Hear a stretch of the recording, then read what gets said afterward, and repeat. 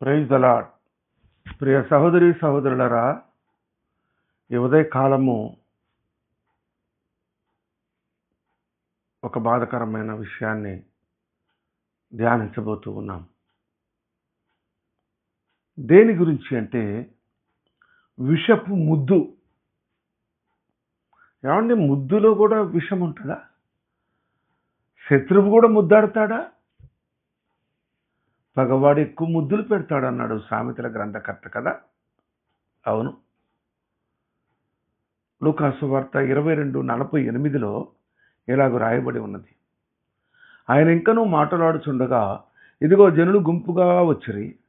12 మందిలో యోధా అనబడిన వాడు వారికంటే ముందుగా నడిచి యేసును ముద్దు పెట్టుకొనుటకు ఆయన యొద్దకు రాగా, సమీపంగా వస్తున్నాడు. ఎలా వస్తున్నాడంటే ముద్దు పెట్టుకోవడానికి వస్తున్నాడు. ప్రభువుని ముద్దు పెట్టుకొని అప్పగిస్తానని వారికి మాట ఇచ్చి ఉన్నాడు. ప్రియులారా, నేను అప్పగిస్తా అన్నాడు. గుర్తు కూడా చెప్పినాడట. చూడండి, మరి మత్తయి సువార్త 26:48 ఏమని రాయబడి ఉన్నదంటే, ఆయనను అప్పగించేవాడు నేను ఎవరిని ముద్దు పెట్టుకుందునో ఆయనే యేసు, ఆయన్ను పట్టుకున్నాడని వారికి గుర్తు చెప్పాను. వాళ్ళు గుర్తు చెప్పాడు, లేకపోతే మీరు గుర్తు పట్టలేరు అన్నాడు.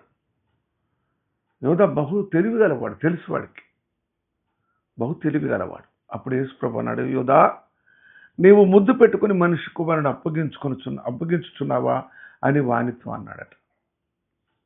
ఏమయ్యా ఈ పని చేసావు?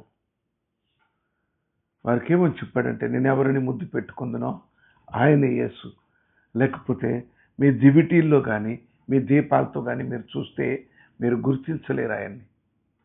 ఎందుకంటే ఏ లోక అంధకారం మీకు కమ్మి ఉంటుంది, మీరు గుర్తుపట్టలేరు, చూడలేరు.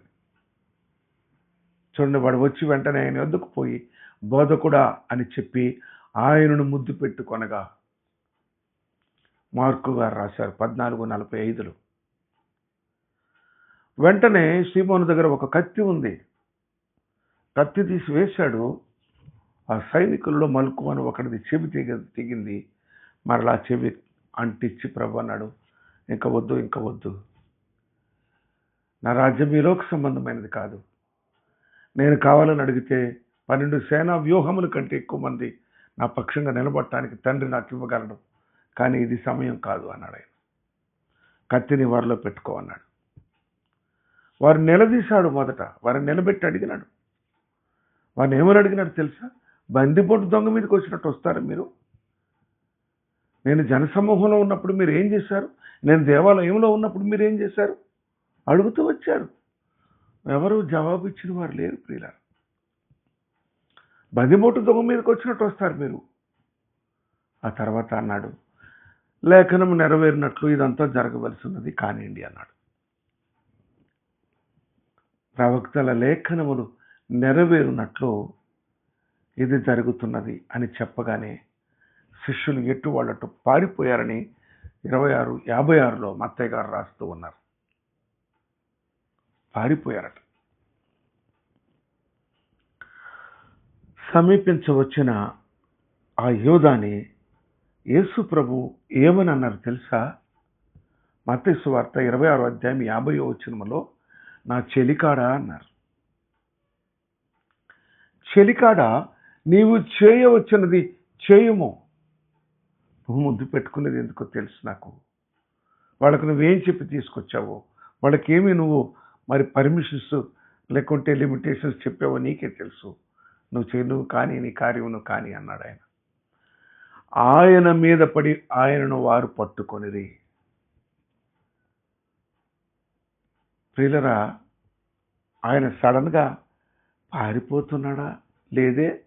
ఎదుర్కొన్నాడా? లేదే. మరి ఎందుకు మీద పడి పట్టుకుంటున్నారు? ఇది చాలా గడియ, చాలా అంధకార గడియ. చూడండి, లూకాసు వార్త 22:54 ప్రభు అన్నాడు, నేను అనుదినము మీ చెంత దేవాలయంలో ఉన్నప్పుడు మీరు నన్ను పట్టుకొనలేదు, అయితే ఇది మీ గడియయు అంధకార సంబంధమైన అధికారమును అనెను. అంధకార సంబంధమైన అధికారము ఎవరు చేస్తున్నారు అని అంటే మనం అనుకుంటాము సాతానుని. కాదు, ప్రధాన యాజకులు, పెద్దలు, ప్రజలలో పెద్దలు ఈ నిర్ణయాలు చేసిన వాళ్ళు. అది చాలా చాలా ఆలోచించవలసిన సంగతులు అవి ప్రియులారా. కనుక ఆ విషపు ముద్దు నా ప్రభువుని వారికి అప్పగించింది. ప్రభు తన యవ్వన ప్రాయాన్ని బట్టి అడిగినారు, మీరు ఎందుకు ఒక బందిపోటు మీదకి ఎందుకు వచ్చినట్టు ఎందుకు వచ్చారని అడిగాడు. నేను దేవాలయంలో ఉన్నప్పుడు మీరు ఏం చేశారని అడిగాడు. నేను ప్రసంగాలు స్వస్థతలు చేస్తున్నప్పుడు ప్రజల్లో ఉన్నప్పుడు మీరు ఎందుకు పట్టుకోలేదని అడిగాడు. కానీ చివరిలో అన్నారు, లేఖనము నెరవేరటానికి ఇది వచ్చింది కానివ్వండి, ఇది మీ గడియ, ఇది అంధకార సంబంధమైన గడి. శిష్యులు పారిపోయారండి వెంటనే. ఆయనను విడిచి పారిపోయి మత్తయి సువార్తలో 26:56 స్పష్టంగా రాయించి ఉన్నది.